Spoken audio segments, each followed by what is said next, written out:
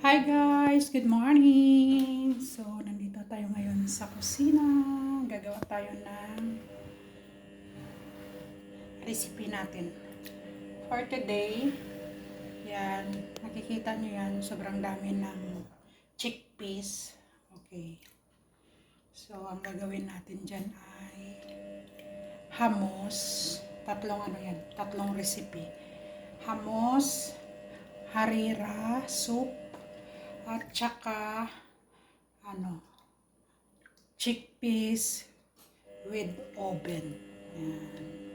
So, ito ano ba to siya eh? Dry chickpeas to siya. Binabad ko na to kahapon pa sa tubig. Okay, so ganito na. Lumaki na siya. Pakuluan ko lang to hanggang lumambot. And then, tanggalin lahat ng mga balat. At saka, mag-umpisa magluto. Yan ang ating recipe for today sa kusina. Mga guys. Yan ay order ng aking amo. So, samahan nyo ako sa aking konting recipe for today. Mag-umpisa na tayo pakulo ng ating chickpeas. Okay.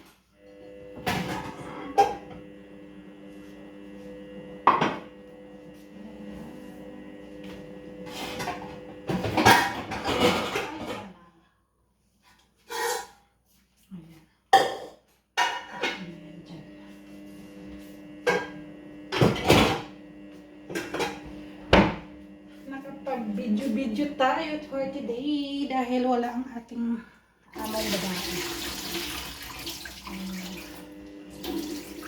Samahan niyo ako guys sa ating gagawing recipe for today.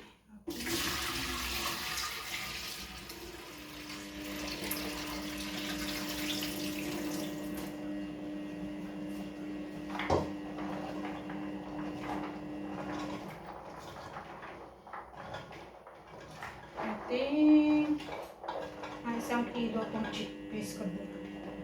1 kilo o 2 kilo ito guys. 2 kilo siguro ito. Nung binili ng aking among lalaki.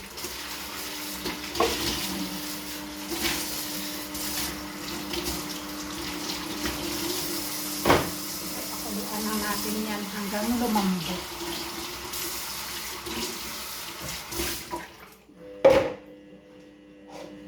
Yung chickpeas with oven,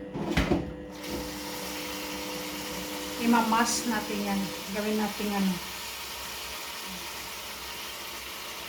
parang harina. Durogin natin siya. Tapos haluan ng mga ingredients.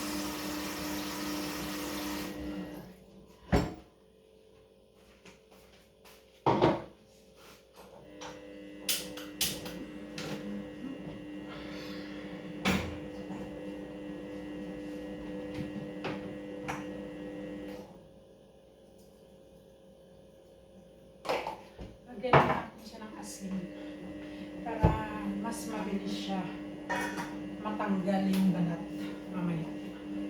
So, ayan lang guys. Thanks for watching. God bless everyone. Have a nice day.